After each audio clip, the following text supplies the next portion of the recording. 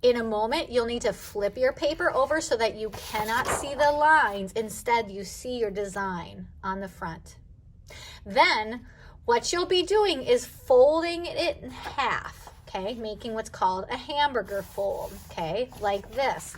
This would be a hot dog fold. That is incorrect, okay? So what's going to happen is you'll make the hamburger fold, and I'm going to focus on one corner at a time. So I'm going to carefully line those two corners up as they are, and then I'm going to drag my hand down and make a crease right here. Notice I didn't go all the way down here. I'm just starting at the corner and creasing it. Then I'm going to go down to this end, and I'm going to carefully line it up, and it's lined up right now. So I'm going to hold it, and I'm going to drag my hand across to the end and make a crease, okay?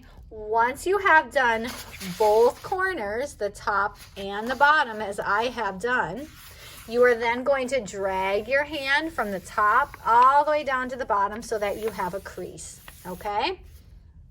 And then you will have your lines just on the outside. So to start, make sure that your design is facing up, and then you're going to fold it in half, making the hot dog fold, but pay attention to the corners one at a time and drag your hand across and across, and then you can crease it.